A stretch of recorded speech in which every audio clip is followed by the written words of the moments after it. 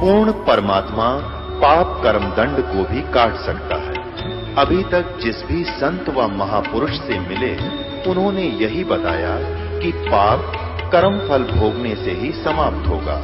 वो प्रभु कौन है जो पाप कर्म को काट देता है, वो काल के बंधन से छुड़वा देता है।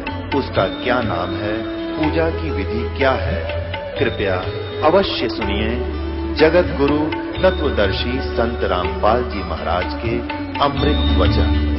लागी का मार्ग और है लग चोट काल जा करके, लागी का मार्ग और है लग चोट काल जा करके, लग चोट काल जा करके, लग चोट काल जा करके। पीपा दरिया में कूद गए रजिन कसी करी डेठाई, पीपा दरिया में कूद पड़े रजिन कैसी करी डेठाई। वो नरपाड़ा जीत गए जिन सिर धड़की बाजी लाई, वो नरपाड़ा जीत गए रजिन सिर धड़की बाजी लाई। कह मंगलानंद चेतियो तुम सोच समझ मेरा भाई, कह मंगलानंद चेतियो रे तुम सोच समझ मेरा भाई। बिन चेत्य ये झूठा शोर है कुछ जाइयो शुक्र करके, कुछ जाइयो शुक्र करके, कुछ जाइयो रे शुक्र करके। लागी का मार्ग और है लग चोट काल जा करके। अपन आत्माओं, ये महापुरुषों की गिनती कराई है इस कवि ने, और इसमें उन महापुरुषों का ज्ञान दिया है जिन्होंने परमात्मा के लिए समर्पण किया। अब परमेश्वर कबीर जी कहते हैं ये बातें कहन सुनन की नहीं है, ये कर पाड़न की है। ये गान बजान और कहन सुनन तक सीमित नहीं रखना है, ये ऐसे करना पड़ेगा। और अब कितना आसान तरीका है, परमात्मा के पाने के लिए युगों से प्रयत्न चल रहा है। एक पीपा ठाकुर नाम का राजा था इधर राजस्थान के अंदर, गिगनौर शहर का, गिगनौर का। वो दुर्गा का पुजारी था और उसको दुर्गा जी जो है साक्षात दर्शन देती थी। और एक दिन रामानंद जी चले गए उधर, क्योंकि रामानंद जी को परमेश्वर कबीर जी के ज्ञान का परिचय हो गया था। और परमेश्वर ने कहा था कि आपकी बहुत महिमा है, आम व्यक्ति आपकी बातों पर विश्वास करते हैं और आप महर्षि प्रसिद्ध हो, आप दास ने जो ज्ञान दिया है इसका प्रचार करो। वो परिचित भी हो गए थे, परमात्मा को देख भी चुके थे सतलोक में, रामानंद जी कबीर जी को। एक दिन रामानंद जी ऐसे फिर प्रचार के लिए जाने लग गए हैं। रामानंद जी उसी शहर में चले गए, राजा के यहाँ रुक के। राजा बड़ा धार्मिक था। उस दिन कथा सुनाई रामानंद जी ने, जो परमात्मा कबीर देव जी ने, परमेश्वर जी ने उनको बता रखा था, वो ज्ञान सुनाया सारा। तो पीपा जी ने कहा कि महात्मा जी आपकी बात मुझे जची नहीं, कि दुर्गा से ऊपर भी कोई शक्ति है। तब तो रामानंद जी ने कहा कि आप अपनी देवी से पूछ लेना। अब उसने एक विशेष अनुष्ठान किया करता था, जब उसको दर्शन देती थी विशेष अनुष्ठान करवाया। दुर्गा प्रकट हुई, दुर्गा से पूछा कि माता कोई और भी शक्ति है? तो ये देव जो होते हैं झूठ नहीं बोला करते हैं। उन्होंने कहा कि हाँ भाई और शक्ति है, पर वह तुझे मिला को नहीं, तुझे वो दर्शन नहीं देगी। अब पीपा का खटक गया बात है, भाई दर्शन वो क्या सारा काम होगा। अब क्या किया, रामानंद जी ने फिर कुछ दिन के बाद फिर जाना था, वो फिर गए और पूछा कि राजन अब क्या राय है आपकी? तो पीपा जी ने कहा, महाराज जी जो बात आप कह रहे थे वह सच्ची है सारी। दुर्गा से मैंने पूछ लिया, अब मैं तो आपके साथ चलूंगा। परमात्मा ने सोची कि राजा आदमी भाई, और यहां मेरे साथ वो भी नहीं आइए तो आगे फिर कभी दुखी करेगा। तो उसको कहने लगा कि राजन ठीक है, आपको मैं फिर आऊंगा लेने के लिए, आप फिर आना। अब पीपा ने सोचा कि ये महाराज जी फिर आवेगा और मेरे कसक लाग रही करड़ी। कहने लगा, महाराज जी मेरा तो पल पल भारी हो रहा है, मैं आपके साथ चलूंगा। बहुत समझाया कि राजन वहां जमीन पर सोना पड़ेगा, भूखी सूखी खानी पड़ेगी, अब मैं सब कुछ कर लूंगा। फिर उसने सोचा अकबर चल ठीक है, ओले तो त्याग दे, राज त्याग दिया। अब उनकी पत्नियां भी तैयार हो ली। 3 पत्नी थी पीपा ठाकुर के, 3 औरतें थी, तीनों तैयार हो ली कि हम भी चलेंगे आपके साथ। अब राजा बोला कि महाराज जी ये तो तीनों तैयार हो ली, यू सांग फिर नो का नो रह गया आगे, ये भक्ति करने देनी मेरे को। रामानंद जी कहने लगे काम कर, इनको न्यू कह दे कि अपने गहने हैं और सब आभूषण हैं, अच्छे अच्छे कपड़े यहाँ छोड़ दो, एक तन पर जो कपड़ा पहन रखा है वो साथ ले ले, कह दे, फिर कोई दिक्कत नहीं। उसने ऐसा ही कह दिया सबको। अब तीनों के पास राजा कहने लगा कि अपने आभूषण सब यहीं उतार दो, सिंगल कपड़े पहन लो, एक एक ड्रेस लेकर चलो मेरे साथ। 2 तो ये कहने लगी कि ना जेवर ना छोड़ दूं मैं, आभूषण ना छोड़े, इतना सोना इतने बढ़िया हार हम ना चलते। फिर वो तीसरी का नाम सीता था। सीता ने सब आभूषण उतार कर वहीं रख दिए, सिंपल साड़ी पहन ली जो सिंपल सी, और वो तैयार हो ली। अब राजा वापस आया, गुरुजी बैठे थे अलग स्थान पर बाहर। कहने लगे गुरुदेव 2 आपत्ति तो टल गई, एक रहेगी वह तैयार हो ली। क्योंकि रामानंद जी को पता था कि स्त्री को अपने आभूषण जानते ही प्यारे हुआ करें, और जिन आभूषण भी त्याग दिए तो वो भक्ति में बाधक नहीं हो सकती, वो पुण्य आत्मा है। और जब ये त्याग देंगी तो ठीक है, कोई दिक्कत को नहीं, फिर भक्ति कर लेंगी। और जब ये आभूषणों की चिपटी है तो वहां पार पड़े को नहीं, आभूषणों की चिपकी रहेंगी तो ये भक्ति की योग्य नहीं है।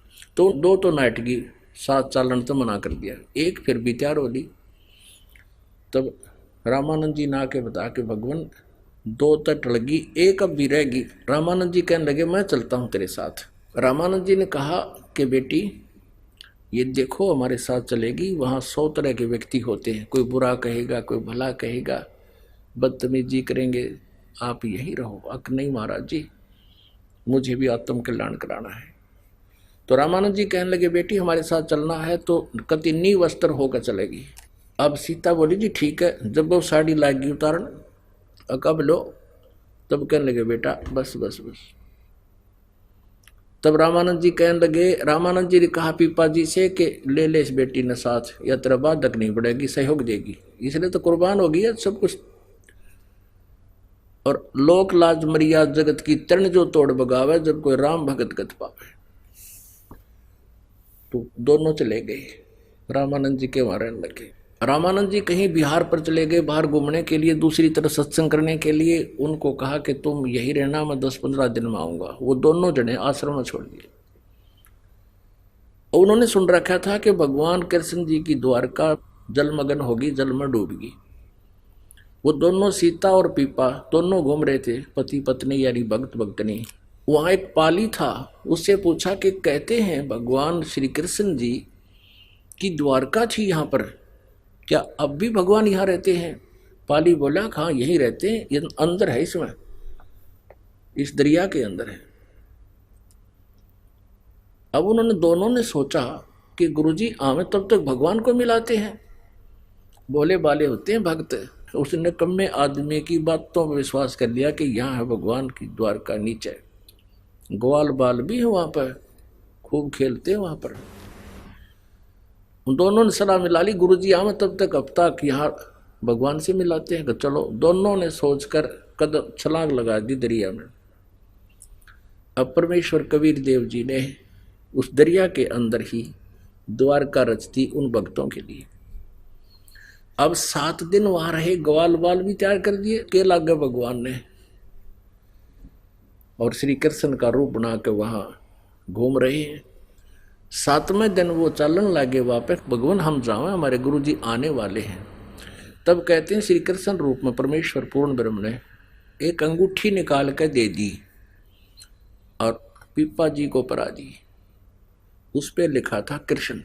अब कहते हैं क्रय करावा साइया कबीर परमेश्वर ही तीनों लोकों में प्रवेश करके सबका धारण पोषण करता है, यानी सबका जो भी कार्य है वही करता है। अब वो स्वयं अपनी महिमा नहीं कराता। अब उधर से क्या था, जब उस पाली ने देखा कि 2 वो साध्वी और साधु भगत भगतनी दरिया में डूब कर मर गए और खेतों में काम कर रहे थे, वो उनको आवाज लगाई कि भागियो भागियो।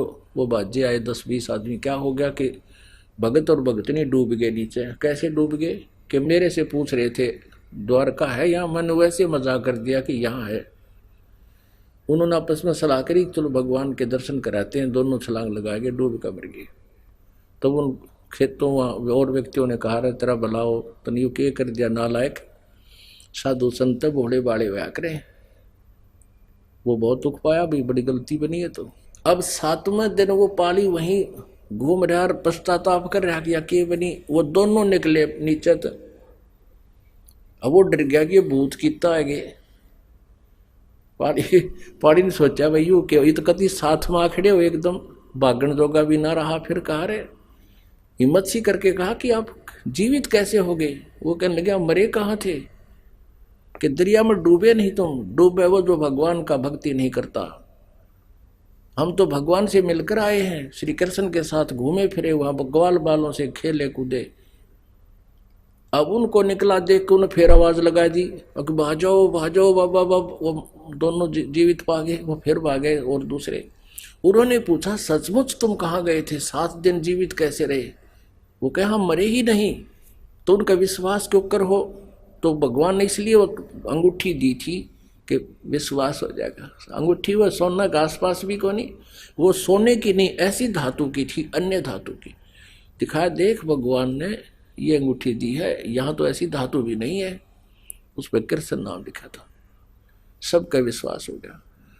तो कहने का भाव ये है, इसमें आया है पीपा दरिया में कूद गए रजिन कैसी करी ढेठाई।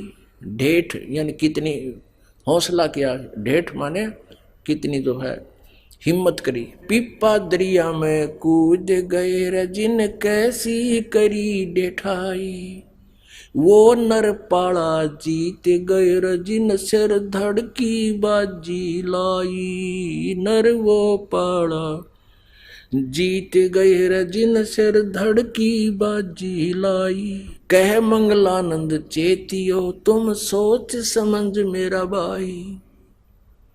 बिन चेते झूठा शोर है कुछ जाइयो रे शुक्र मुकर के। कुछ जाइयो शुक्र मुकर के, कुछ जाइयो रे शुक्र मुकर के। लागी का मार्ग और है लग चोट काल जा करके। तो इसीलिए कहा कि कुछ अच्छे काम करके जाइए, संसार छोड़कर तो जाना ही तुम्हें पड़ेगा।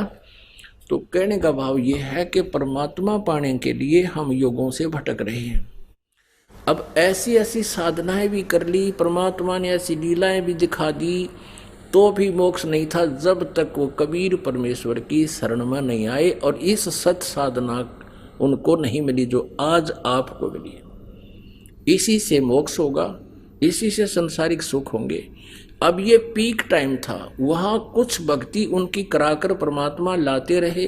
कहते सोचल छिद्र मैं करूं अपने जन के काज। शेख फरीद के पास पहुंच के उनकी भक्ति बढ़ा दी, सत भक्ति करवाई। तो पुण्यात्मा आपके ऊपर कितनी मेहर मालिक की, वो सतनाम और असली नाम सीधे ही मिल रहे हैं आपको। किसी प्रकार का कोई विशेष प्रयत्न नहीं, आपके पास संदेश भिजवा रहे हैं परमात्मा, क्योंकि ये पीक टाइम आ गए, ये प्राइम टाइम है उस परमेश्वर के पाने का, या बिचली पीढ़ी का समय है। इस समय जिसका मानव शरीर है वो पुण्यकर्मी प्राणी है, उससे भी पुण्यकर्मी वो है जिनको परमात्मा का यू मार्ग मिल गया, उनमें से आप हो। धन्य आपके माता पिता जिनसे जन्म हुआ। बोलो सतगुरुदेव, जय हो।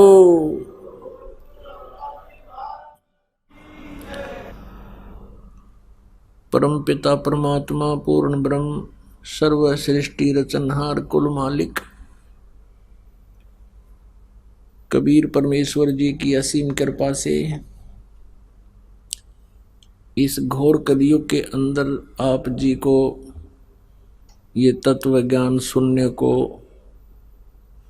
प्राप्त हुआ।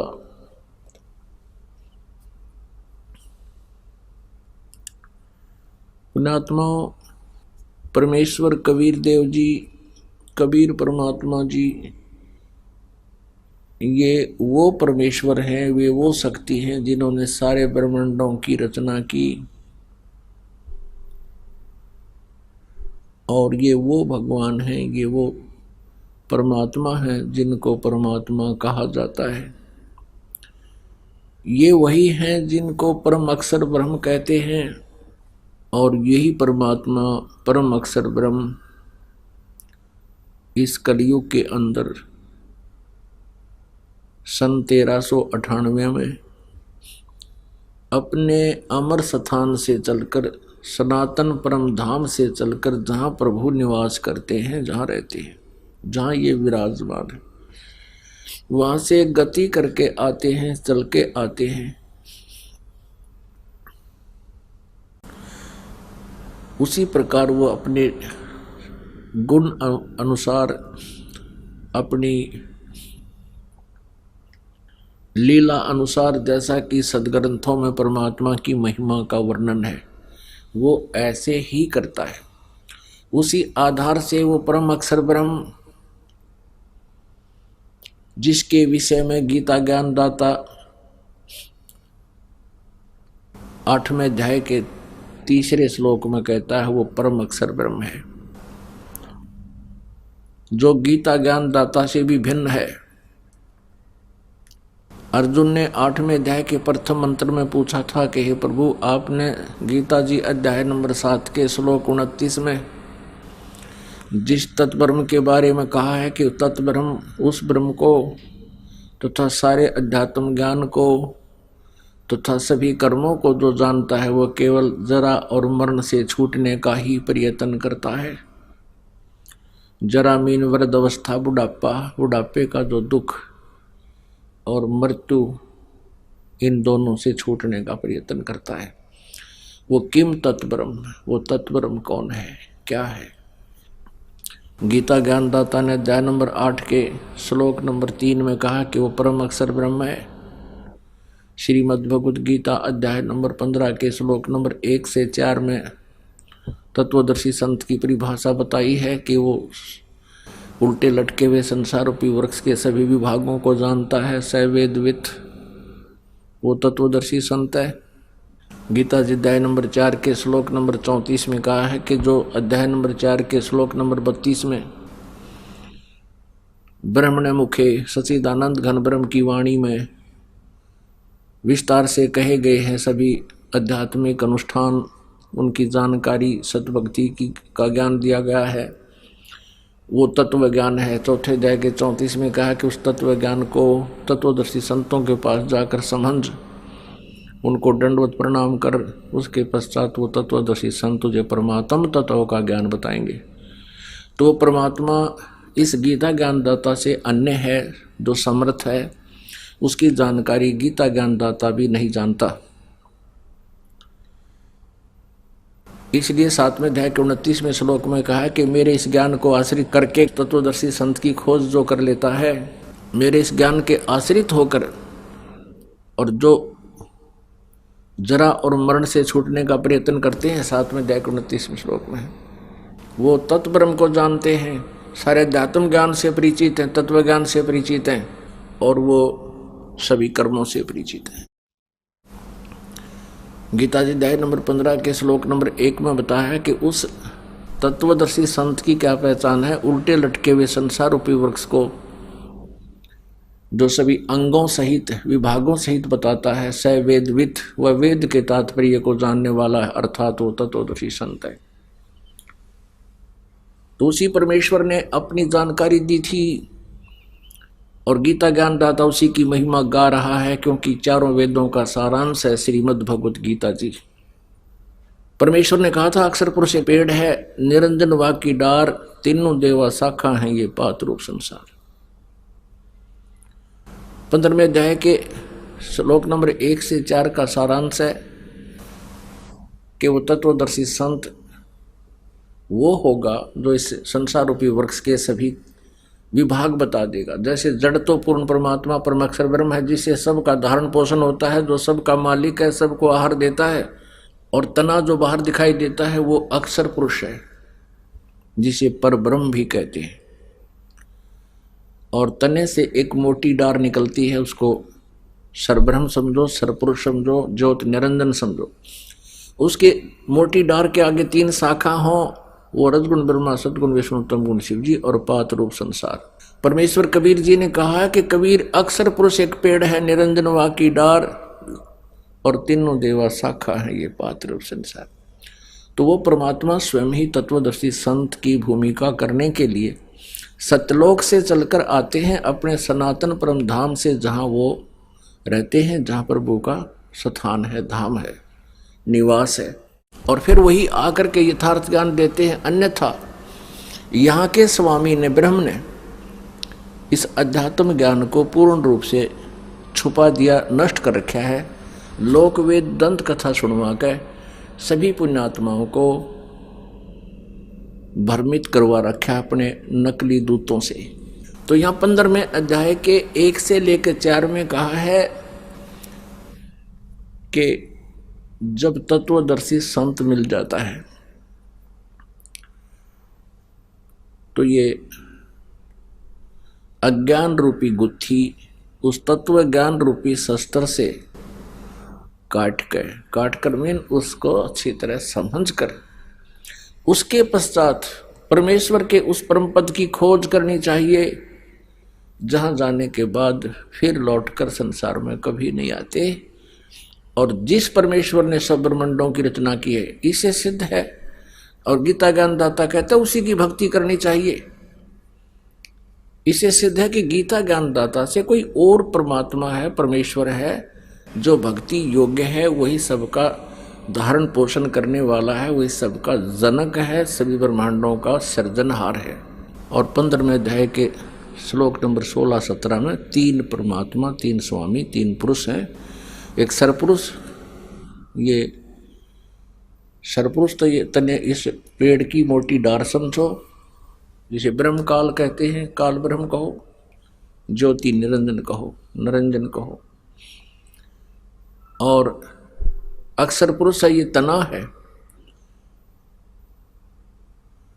तो ये अक्षर पुरुष ये ब्रह्म है, और मूल जो संसार रूपी वृक्ष की 1-2 जड़ हैं, जहाँ से सबको आहार मिलता है, सारा पेड़ हरा भरा रहता है, वो है परम अक्षर ब्रह्म। गीता जी अध्याय नंबर 15 के श्लोक 17 में जिसके विषय का है कि उत्तम पुरुष तो अन्य परमात्मा इति उदाहरते हैं। इन ऊपर वर्णित 16 श्लोक में, 15वें अध्याय के 16 श्लोक में गीता जी में जो 2 पुरुष बताए हैं, सरपुरुष और अक्षर पुरुष, इन दोनों पुरुषों से कोई और है उत्तम पुरुष, श्रेष्ठ पुरुष, पूर्ण परमात्मा। जैसा कि परसों आपको यही ज्ञान दिया गया था पूर्ण रूप से, लेकिन आज थोड़ी सी भूमिका बनाने के लिए बताया जा रहा है। तो वही सबका धारण पोषण करता है, वही तत्व ज्ञान प्रदान करता है, और वही वास्तव में परमात्मा है, वह वास्तव में अविनाशी है। तो वो परमेश्वर सतलोक से चलकर आए थे सन 1398 में।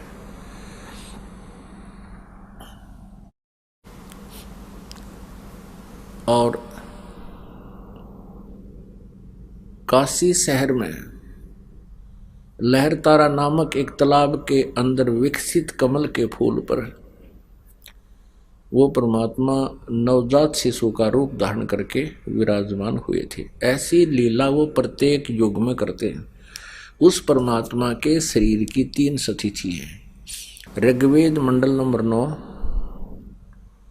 सूक्त नंबर 1 मंत्र नंबर 8 में और 9 में ये स्पष्ट किया है कि उस परमात्मा को उग्र गतियां प्रेरणा करती हैं, और जिस कारण से यानी जब परिस्थितियां बहुत खराब हो जाती है इस पृथ्वी पर, धर्म का नाश हो जाता है, अधर्म की वृद्धि हो जाती है, उस समय वो परमेश्वर आते हैं और भासमान शरीर को वो प्राप्त करते हैं, यानी सुंदर शरीर होता है देखने योग्य।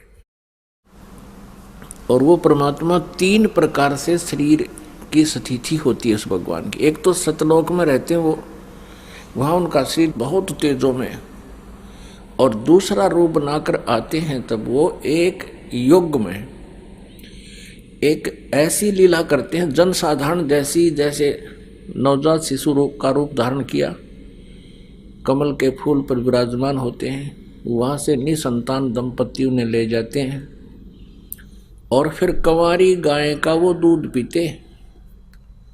उस परमात्मा की शक्ति से कंवारी गाय दूध देती है और वो पिया करते हैं। ऐसी लीला, ऐसा ऋग्वेद मंडल नंबर 9 सूक्त नंबर 1 मंत्र नंबर 9 में भी प्रमाण है।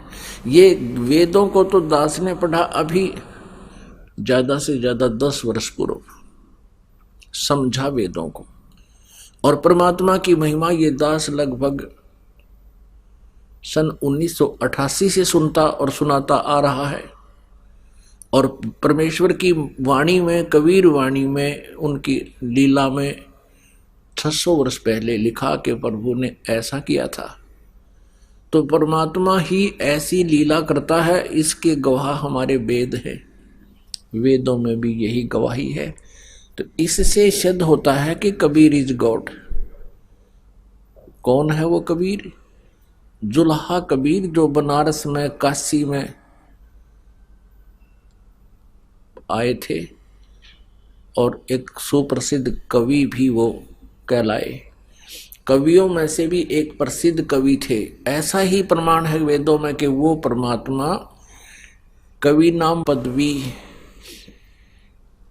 क्योंकि अपनी वाणी को, अपने सच्चिदानंद घन ब्रह्म की वाणी को लोकोक्तियों के माध्यम से, दोहों के माध्यम से, शब्दावलियों के माध्यम से बोलने के कारण वो एक कवि भी कहलाता है। लेकिन वो होता है भगवान। पुण्यात्माओं, अन्य भी कवि हैं, वो भी प्रसिद्ध हैं, लेकिन उनकी वाणी में और परमात्मा की वाणी में बहुत अंतर है। परमेश्वर ने पूरी सृष्टि रचना बताई, अपने द्वारा रची हुई, और वेद गवाही देते हैं वो परमात्मा ऐसी लीला करता है, और वही कबीर देव जी ने ही की है। ऋग्वेद मंडल नंबर 9 सूक्त नंबर 96 के मंत्र 16 से 21 तक स्पष्ट किया गया है, हे परमात्मा आपका असली नाम क्या है वो बताइए।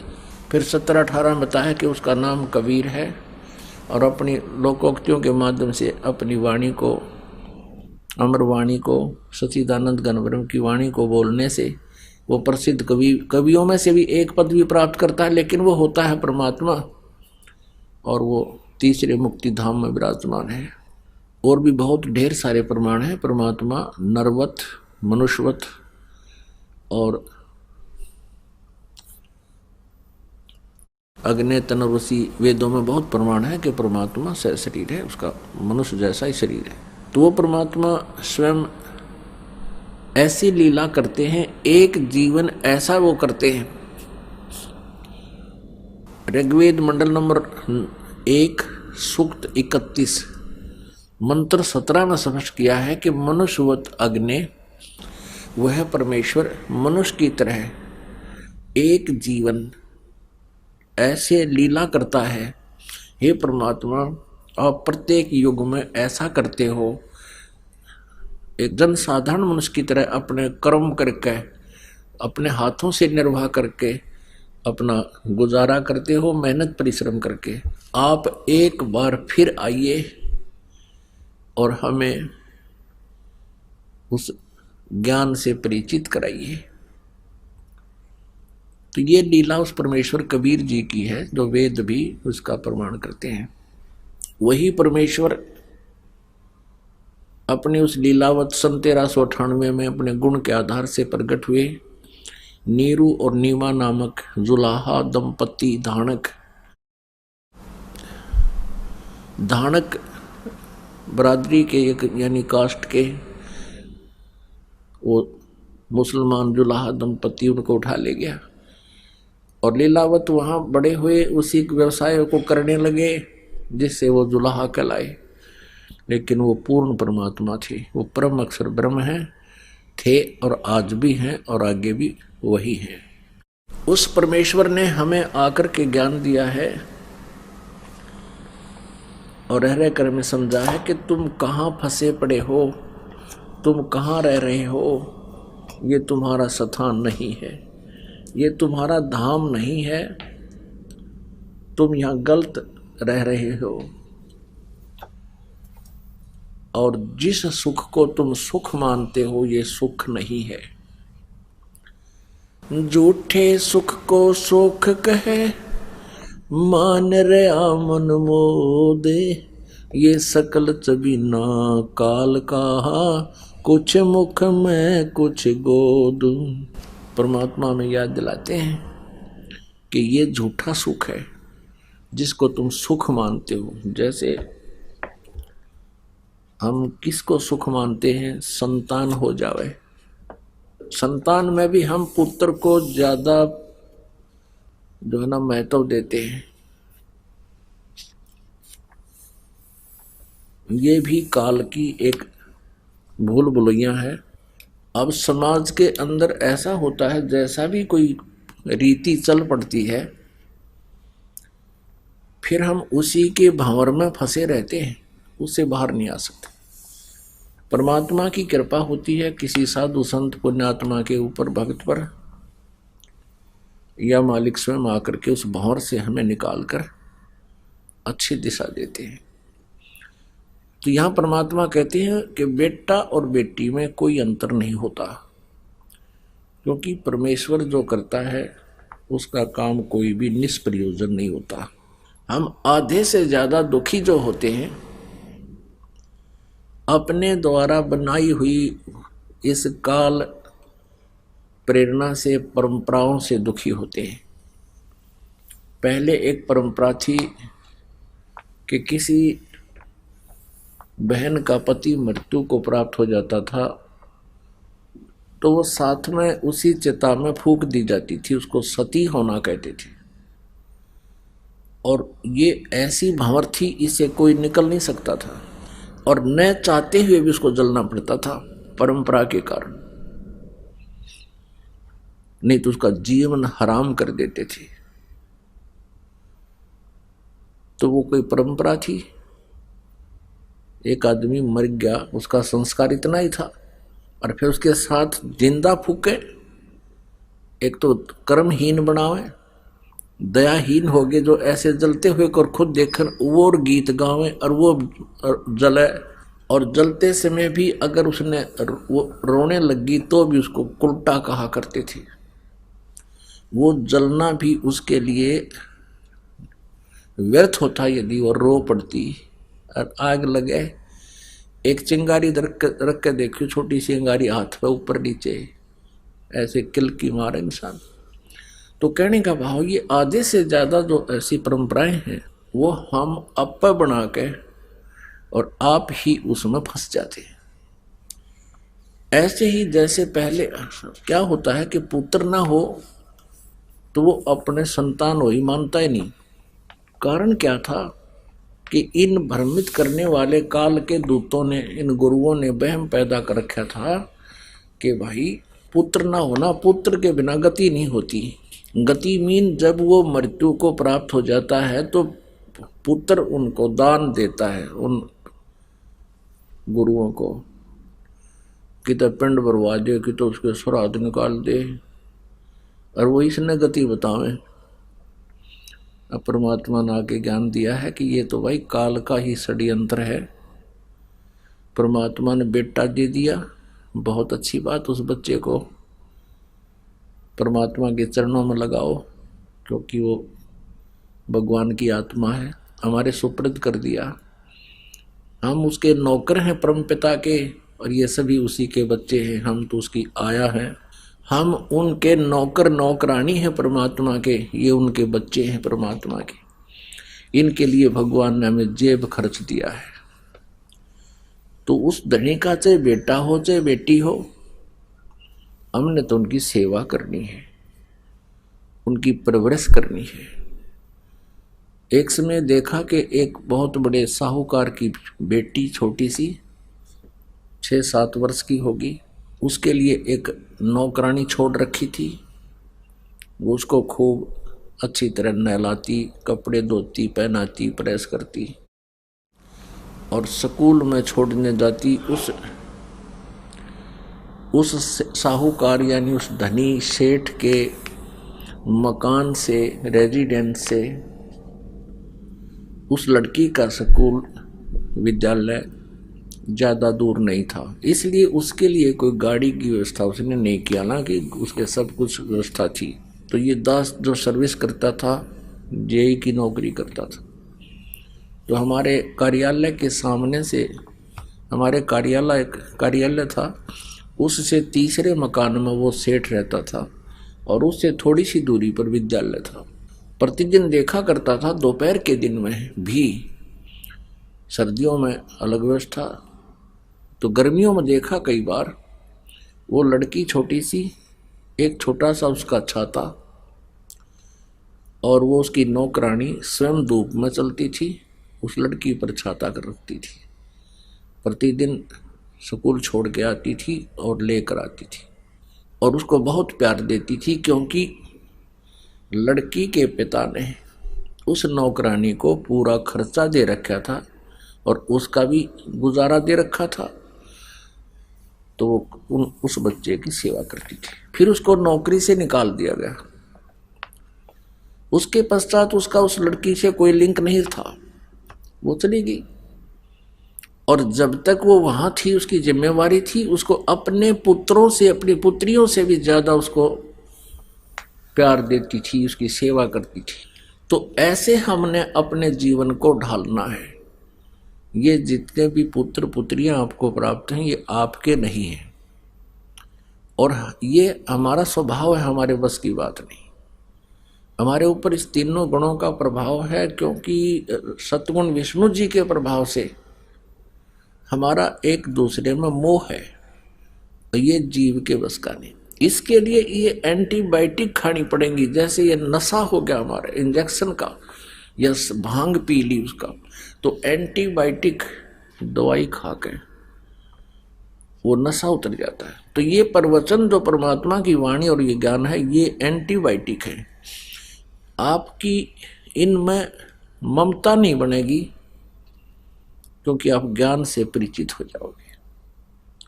जब तक हमें ज्ञान नहीं होता तो हमारी वृत्ति एक जीव जैसी होती है, और जब ज्ञान हो जाता है तो हम भक्त बन जाते हैं। और भक्त वो होता है जो दूसरे के धन पर कब्जा ना करे, दूसरे की वस्तु पर कब्जा ना करे। और दूसरे की वस्तु पर जो कब्जा करता है, अपनी मानता है, अपना लेता है कि ये मेरी है, ऐसा कहता है, तो भक्त नहीं है वो तो लालची आदमी है। ऐसे ही हम जो परमात्मा के पुत्र या पुत्री हैं, उसके पुत्र पुत्री हैं, और हमें सौंपा है कि इनको तुम अच्छे गुण युक्त करो। सबसे पहला गुण है बच्चे को भक्ति में लगावे, अपने परमात्मा के पास उसके पहुंचाने का तरीका बना दे। तो सबसे पहला काम ये है। अब जैसे किसी का पुत्र की मृत्यु होगी और सारा परिवार बहुत बुरा हाल हो जाता है, रोता है, हाय मेरा बेटा मर गया, मेरा बेटा मर गया। तो कर लिया ना हमने कब्जा, परमात्मा की वस्तु को हमने अपना कब्जा कर लिया, अपना मान लिया, वो मेरा है। मान लीजिए 20 वर्ष का होकर मृत्यु को प्राप्त होता है, 20 वर्ष पहले कहाँ था वो? आपका कैसे हो गया? आपने एक कमीज पहना दिया तो आपका हो गया, हम बेईमान बन गए। हमने एक शरीर रूपी वस्त्र पहनाया उसको, और वो भी परमात्मा के दिए हुए मटेरियल से, और फिर हम अपना मान कर उसके लिए हाहाकार मचाते हैं। देखो कोई भी चीज है, वस्तु है, जैसे बच्चे की मृत्यु होगी, याद तो आएगा, उसकी याद सताएगी, लेकिन ये अवश्य याद रखना कि वो आपका नहीं था। फिर इस ममता से, इस मोह के कारण जो उत्पन्न होगा कष्ट, वो हल्का हो जाएगा। तो इस प्रकार हमने परमात्मा के इस ज्ञान को आधार बनाना है। तो क्या बताते हैं कि झूठे सुख को सुख है, ये मान रहा मनमोद, और सकल चबीना काल का, यो कुछ मुख में कुछ गोद। अब जैसे प्रसंग चल रहा है कि पहले ज्यादा पुत्र को महत्व देते थे कि अभी पुत्र बिना गति ना हो। यह भी कोई बात हुई? गति तो भगवान के नाम तो होगी, भक्ति करने से होगी, सत्साधना से होगी। मनुष्य जीवन हो, पूरा गुरु हो, सच्ची श्रद्धा से साधक भक्ति करे, उसकी गति होगी। पिंड बनाते हैं श्राद्ध करवाने से, किधर पिंड दान करने से, श्राद्ध करने से, या किधर गंगा में अस्थि जल प्रवाह कराने से, ये गति नहीं है। अब विचार करने की बातें ही हमें गुमराह करते थे। जैसे श्री कृष्ण जी की जब मृत्यु हुई, उससे पहले, श्री कृष्ण से पहले उसके सारा परिवार, पूरे पुत्र पुत्र सब नष्ट हो चुके थे, मर चुके थे। श्री कृष्ण जी की गति किसने कराई? फिर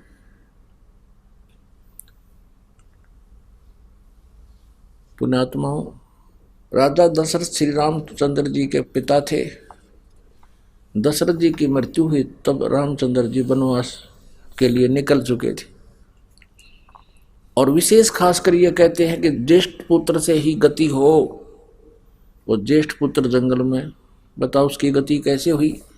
फिर ये मूर्ख बनाते हैं कि रामचंद्र जी ने और सीता जी ने वहां श्राद्ध निकाले दशरथ जी के, और वहां पर कहते हैं उनके सभी पूर्वज खड़े दिखाई दिए, वहां श्राद्ध में खाना खाने के लिए आए।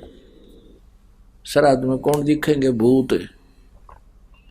अब भूत खाते होंगे श्राद्ध, जैसे तुम कहते हो भूत दिखे, तो वो भूत बनाए किसने? तुम्हारी इस गलत साधना ने सभी भूत बना दिए, वो पितर बना दिए, वो भटक रहे हैं जिनको आहार भी ना मिलता। यदि कहें कि वो स्वर्ग चले गए, तो स्वर्ग गया हुआ व्यक्ति या पृथ्वी पर रोटी खाना होगा। वाह भाई वाह, मूर्ख बना रहे। स्वर्ग में तो सारी सुविधाएं यहाँ से बहुत अच्छी है, तो वो कितने नहीं गए। गलत साधना करने से वो प्रेत आत्मा में भटक रही है। और प्रेत बनाने का यही कारण है कि लोक वेद से उनकी हमने साधना की, फिर हम भी भूत बन गए। श्रीमद् भगवत गीता अध्याय नंबर 9 के श्लोक नंबर 25 में कहा है कि जो देवताओं की पूजा करते हैं देवताओं को प्राप्त होते हैं, जो भूतों की पूजा करते हैं भूतों को प्राप्त होते हैं, और जो मेरी पूजा करता मुझे प्राप्त होता है, ब्रह्म कहता है। तो परमेश्वर कहते हैं राम रमै सो राम है, और देव रमै सो देव, भूत रमै सो भूत बनेगा, समझ सकल सुर भेव। कबीर साहब जी कहते हैं भूत पूज कर भूत बनोगे, और ये तेरा जीव प्रलय हो जाएगी। तो यहां परमात्मा हमें याद दिलाना चाहते हैं कि पुत्र से गति नहीं होगी। पुत्र हो या पुत्री परमात्मा की गिफ्ट, परमात्मा की देन, और परमात्मा के बच्चे। हमारा जो कर्तव्य है वो पूरा कीजिए, और फिर आप भी भक्ति कीजिए, और बेटा और बेटी को भी साधना में भक्ति में लगाइए। तो इस प्रकार हमने इन काल की जो रीति रिवाजें हैं इनसे भी ऊपर उठना होगा, तब हम परमात्मा पा सकते हैं। क्या कहते हैं भगवान? बेटा जाया खुशी हुई, बहुत बजाए थाले, ये तो आना जाना लगा हुआ है जो कीड़ी का नाल। बेटा जाया, बेटा को जन्म दिया, बड़ी खुशी मनाई। राजा लोग पुत्र उत्पत्ति के अवसर पर बैंड बाजे बजाते हैं, बहुत गजब की शहनाई बजती हैं, पूरे शहर में बधाई बंटती है, मिठाई बंटती है। और गरीब आदमी का, गरीब जनता का जब पुत्र होता है किसी भक्त का, व्यक्ति का, तो रीस तो वह करे, वो नकल तो वही करता है, खुशी मनाता है। उसकी खुशी, उसका इतना ब्योंत नहीं, इतना सामर्थ्य नहीं कि बैंड बाजे बजवा सके। वो थाली पीटा करे, थाली बजाया करें जिसका पुत्र हो जा, खुशी मनाते हैं। और अड़ोस पड़ोस के अंदर सबको पता तो होता है कि उनके पुत्र वधू को बच्चा होने वाला था। जिसके घर में थाली की आवाज आएगी समझ जाते थे उनका पुत्र प्राप्ति होगी। परमात्मा कहते हैं बेटा जाया खुशी हुई और खूब बजाए थाल। ये तो आना जाना लगा हुआ है ज्यों कीड़ी का नाल। एक व्यक्ति को 12 वर्ष शादी की विवाह के उपरांत पुत्र प्राप्त हुआ और उन्होंने एक बहुत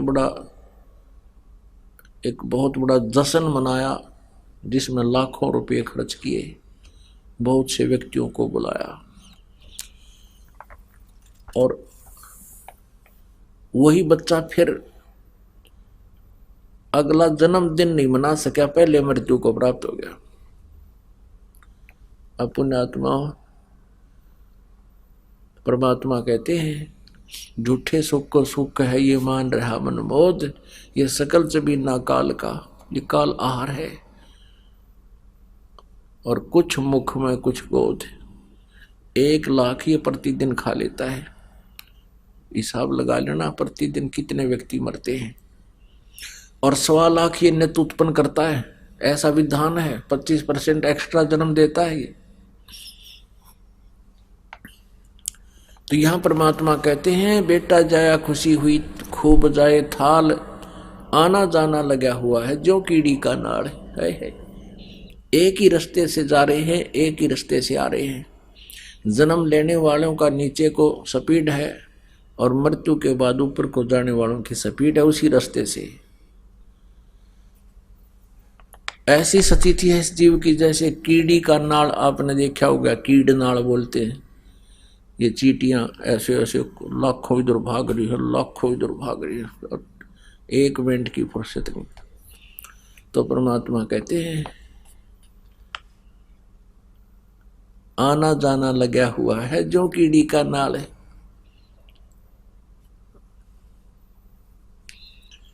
कहने का भाव ये है परमात्मा का कि मान लीजिए परमात्मा ने आपको पुत्र दिया, इसमें खुशी मनाने की आवश्यकता नहीं है। इतनी खुशी है कि भगवान ने एक आत्मा भेजी है और हम इसको प्रभु के चरणों में समर्पित करें और उसके सेवा करें, उस परमात्मा के बच्चे की, आत्मा की, लड़का हो या लड़की। आइए अब हम उन श्रद्धालुओं के अनुभव जानते हैं जो जगत गुरु तत्वदर्शी संत रामपाल जी महाराज जी से दीक्षा प्राप्त कर चुके हैं तथा उनके द्वारा बताए गए भक्ति मार्ग पर चल रहे हैं। नमस्कार जी। नमस्कार सर। क्या नाम है जी आपका? अजय कुमार। कहाँ के रहने वाले हैं आप? दिल्ली नजफगढ़ से। संत रामपाल जी महाराज से नाम दीक्षा आपने कब ली? मैंने संत रामपाल जी महाराज से दीक्षा 20 अक्टूबर 2013 को ली। संत रामपाल जी महाराज से नाम दीक्षा लेने से पहले आप क्या भक्ति साधनाएं करते थे? हम ब्रह्मा विष्णु महेश सबकी पूजा करते थे और इनमें से सर्वश्रेष्ठ शंकर जी को मानते थे। इनकी भक्ति करते करते यानी हमारे पापा के ऊपर 6-7 लाख का कर्ज हो गया था। हम 10-10 रुपए के लिए तरसते थे उनकी भक्ति करते करते। फिर संत रामपाल जी महाराज की शरण में आप कैसे आए? हमारे यहाँ पे एक अंकल रहते थे, राकेश दास, और उन्होंने मेरे पापा को बताया कि संत रामपाल जी महाराज की शरण में चले जाओ, आपकी सभी परेशानियां दूर हो जाएंगी। तो मेरे पापा को ज्ञान गंगा दी पुस्तक, तो मैं एक एक अक्षर पढ़ पढ़ के पापा को सुनाया करता। तो पापा बोले कि ना इन गुरु जी की शरण में जाना चाहिए। तो मैंने कहा ठीक है चले जाओ, मैं भी चलूँगा। तो आए हम सतलोक आश्रम बरबाला में आए। पहले हम भक्तों से बोले कि ना मैं बाबा जी से मिलना है, गुरु जी को बोले कि बाबा जी से मिलना है। तो वो भगत साहब बोले कि बाबा जी नहीं बोलते, संत रामपाल जी महाराज हैं, उनसे। हमने कहा हाँ गलती हो गई, तो उनसे मिलना। तो पहले बोले कि नाम दीक्षा लो, जब जाके मिलो। तो हमने कहा कि हमें, हमारी आर्थिक स्थिति बहुत खराब है। तो वो भगत जी बोले कि ना पहले नाम दीक्षा ले लो, संत रामपाल जी महाराज सभी परेशानियां दूर करेंगे। तो हमने नाम दीक्षा ली, मेरे पापा ने नाम दीक्षा ली 20 फरवरी 2013 को नाम दीक्षा ली। सर, आपने संत रामपाल जी महाराज से नाम दीक्षा ली, तो जिस परेशानियों के लिए आप गए थे, आप पे इतना कर्जा था, आपके पापा पे इतना कर्जा था, तो क्या वो परेशानी आपकी दूर हुई? हाँ जी, संत रामपाल जी महाराज जी के शरण में आने से हमें बहुत सारे लाभ हुए। मेरे पापा के ऊपर 6-7 लाख रुपए का कर्ज था, वो अब बिल्कुल नॉर्मल हो चुका है। हम पहले 10-10 रुपए के लिए तरसते थे। मेरे पापा ने संत रामपाल जी महाराज से दर्शन लिए और आशीर्वाद दिया संत रामपाल जी महाराज ने। तो पापा ने बताया ऐसे ऐसे परेशानी है घर में। तो संत रामपाल जी महाराज बोले कि भक्ति करते रहो और भगवान सब सही करेंगे। तो पापा घर पे आ गए।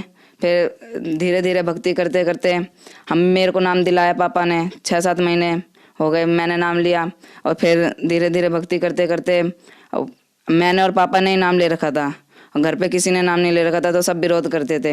तो मैं भक्ति करता रहता था। तो गुरु जी की दया से अब हमारी आर्थिक स्थिति बहुत सुधार आ चुका है। मेरे पापा गुटखा खाने लगे, नशा करने लगे, बीड़ी, यानी मेरे पापा 3-4 बंडल ऐसे पी जाते थे दिन के। गुटखे काफ़ी खा जाते, 50-60 रोज के खा जाते। तो गुटखा खाते खाते मेरे पापा को इस गाल में थोड़ी प्रॉब्लम हुई।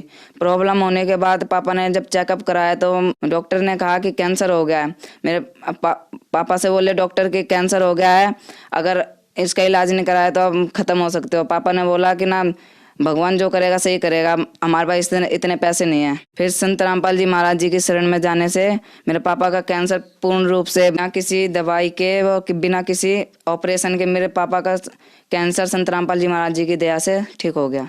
एक लाभ ये हुआ कि मैं दिल्ली में मुंडका में सतलोक आश्रम है संत रामपाल जी महाराज जी का, मैं वहाँ पे जा रहा था नजफगढ़ से। तो नजफगढ़ में नांगलो स्टैंड है, नांगलो स्टैंड में मैं झूमते हुए जा रहा था, आराम से मगन हो गए। तो वहाँ से पीछे से एकदम से बस आई, बस ने मेरे को इस वाले हाथ में टक्कर मारी। मेरे को बिल्कुल भी एहसास नहीं हुआ कि मेरे को टक्कर लगी। गुरु जी की दया से, संत रामपाल जी महाराज जी की दया से मुझे बिल्कुल भी एहसास नहीं हुआ। मैं थोड़ा सा इधर तो हुआ, पर मुझे ऐसा नहीं लगा कि मुझे बस ने टक्कर मारी है। संत रामपाल जी महाराज जी ने मुझे बचाया। और एक बार मुझे काल लेने आ गया था, ज्योति निरंजन सेवा में था, सो रहा था। तो किसी भगत ने बोला कि ना रात के 2 बज रहे थे, तो कह रहे कि ना छत से कपड़े लिया। मैं कहा ठीक है, छत पे चला गया मैं कपड़े लेने। छत पे से जो भगत नीचे सो रहे थे वही भगत ऊपर सो रहे थे। मैं चंबित रह गया कि जो भगत नीचे सो रहे हैं वही भगत ऊपर कैसे सो रहे हैं। तो मैंने भगत जी से बोला, सच्चा है भगत जी नीचे आ जाओ। तो भगत जी मेरे को धमकाने लग गया कि तेरे को मार देंगे, काट देंगे, पीट देंगे और तेरे को यहाँ से लेके जाएंगे हम तेरे को। मैं डरने लग गया। मैंने कहा भगत तो ऐसे बोलते नहीं है संत रामपाल जी महाराज जी के। तो मैंने कहा कोई नहीं, सोते रहो आप। मैं कपड़े लिए और जैसे गेट के अंदर आया, गेट बंद करने लगा तो एक मोटा सा आदमी था, काला, बहुत लंबा, यानी बहुत भयानक था। तो वो लेने आ गया, कह रहा चल तेरा टाइम पूरा हो गया। मैं रोने लग गया। मैंने कहा कौन सा टाइम? कह रहे तूने इतने तेरे को जीना था। मैंने कहा, मैं रोने लग गया। फिर मैं अपना प्रथम मंत्र जो संत रामपाल जी महाराज जी की दया से मिला था और जो सतनाम, मैं दोनों करने लग गया। जैसे प्रथम मंत्र करा तो उसमें कुछ असर नहीं हुआ। मैंने सतनाम जैसे ही किया तो वैसे ही उसने हाथ छोड़ दिया और दूर भाग गया। तो मैं रो रहा था। तो मैं अपने संत रामपाल जी महाराज जी को याद किया। मैंने कहा गुरु जी अब आप ही आके बचाओ। संत रामपाल जी महाराज तुरंत प्रकट होते हैं। संत रामपाल जी महाराज जी मुझे देखते हैं और बोलते हैं क्या हो गया बेटा? मैंने कहा गुरु जी देखना परेशान कर रहे हैं। तो गुरु जी बोलते हैं कि ना अपने पास बुलाते हैं, कह रहे रो मत यहाँ पे। अब मैं आ गया हूँ ना, तो गुरु जी मैं रोना चुप हो जाता हूँ। ज्योति निरंजन के यमदूत थे जो मुझे लेने आए थे, संत रामपाल जी महाराज को देखते ही घुटने पर टिक गए और जैसे नीचे सर झुका लिया संत रामपाल जी महाराज जी को देख के। तो संत रामपाल जी महाराज जी ने बोला इसको परेशान क्यों कर रहे हो? ये कबीर परमात्मा का बच्चा है, तुम इसको परेशान क्यों कर रहे हो? तो वो बोलने लगे कि ना गुरुजी गलती हो गई, परमात्मा गलती हो गई। तो गुरुजी बोले ऐसे थोड़ी ना गलती हो जाती है। तो गुरुजी ने 2-2 थप्पड़ लगाए उन्हें और जैसे 2-2 थप्पड़ लगते गए ना वैसे वो आगे बढ़ते गए। जैसे लाइन से जैसे कोई आशीर्वाद लेता है वो चले जाते हैं। तो दो थप्पड़ लगते गए और आगे बढ़ते गए। तो माफ़ी मांगते गए, गुरुजी आपसे नहीं होगा, आपके किसी भगत के पास नहीं आएंगे। तो गुरुजी बोले अब से आ भी मत जाना, नहीं तो तुम्हें लोक निकाला दे दूंगा।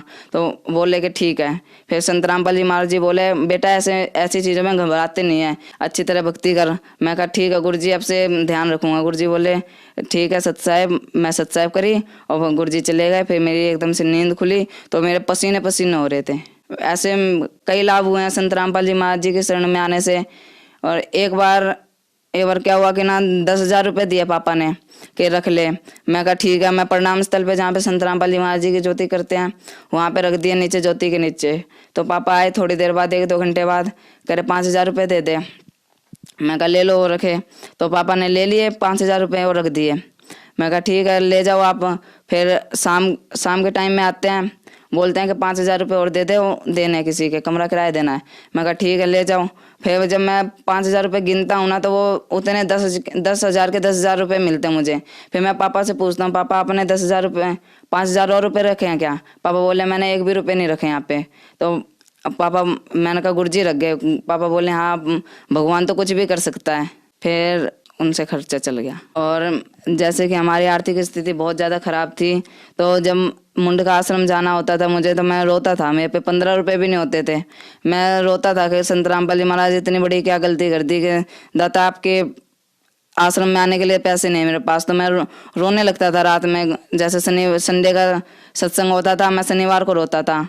तो गुरुजी पैसे दे दो मुझे, मेरे को आना है आश्रम में। तो गुरुजी मैं रोते रोते सो जाता था। तो सुबह उठ के जैसे ही देखता मेरे बैग में 100 रुपये, 200 रुपये, 50 रुपये, जितना मेरे को चाहिए होता था उतना मेरे को मेरे बैग में मिल जाया करता। और संत रामपाल जी महाराज जी की इतनी दया होती थी कि बहुत ज़्यादा हद तक लाभ दिया संत रामपाल जी महाराज जी ने। एक लाभ और हुआ संत रामपाल जी महाराज जी के शरण में आने से। मेरे पापा राजमिस्त्री हैं, चिनाई का काम करते हैं। वो काम कर रहे थे खेड़ा डाबर में, नजफगढ़ में खेड़ा डाबर में काम कर रहे थे। तो पापा चिनाई कर रहे थे। तो पता नहीं क्या हुआ, पापा नीचे थे, दीवार के 12 फुट की दीवार थी। पापा नीचे काम कर रहे थे, वो एकदम से क्या होता अचानक वो दीवार गिर जाती पापा के ऊपर।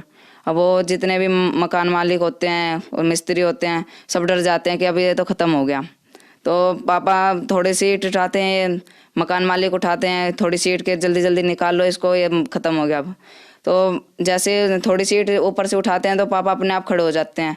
तो मालिक देखते हैं कि कुछ भी नहीं हुआ इसको, तो हाथ पैर चेक करते हैं उस पापा के और बनियान खोल के देखते हैं कि कुछ भी खरोच नहीं आती। तो पापा बोलते हैं मैं संत रामपाल जी महाराज का शिष्य हूँ, पूर्ण परमात्मा का बच्चा हूँ, मेरे को कुछ नहीं हो सकता जब तक मेरा गुरुजी मेरे साथ है। ऐसे मेरे पापा को गुरुजी ने कई बार बचाया। अब हम संत रामपाल जी महाराज जी के शरण में आने से आर्थिक, शारीरिक और मानसिक रूप से सुखी हैं। अजय जी, जैसा कि आपने बताया कि आपने संत रामपाल जी महाराज से नाम दीक्षा ली, उसके बाद आपके घर में सुखों का भंडार आ गया, आपके पापा की कैंसर की बीमारी ठीक हुई, आपकी आर्थिक स्थिति ठीक हुई। तो जो लोग आज कैंसर की बीमारी से ग्रस्त हैं उन लोगों के लिए आप क्या संदेश देना चाहते हैं?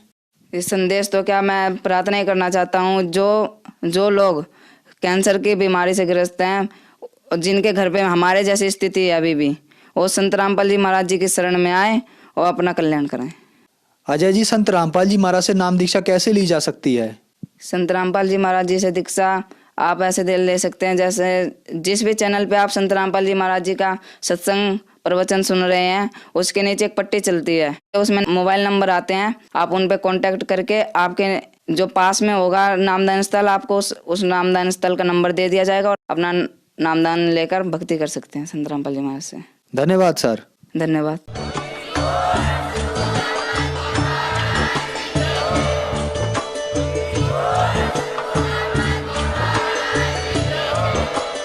आप सुन रहे थे जगत गुरु तत्वदर्शी संत रामपाल जी महाराज जी के मंगल प्रवचन। अधिक जानकारी के लिए विजिट कीजिए हमारी वेबसाइट www.jagatgururampalji.org। संत रामपाल जी महाराज जी के शुभ आशीर्वाद से पूरे विश्व भर में 500 से भी ज्यादा नाम दीक्षा केंद्र हैं, जिन पर संत रामपाल जी महाराज जी द्वारा ऑनलाइन निःशुल्क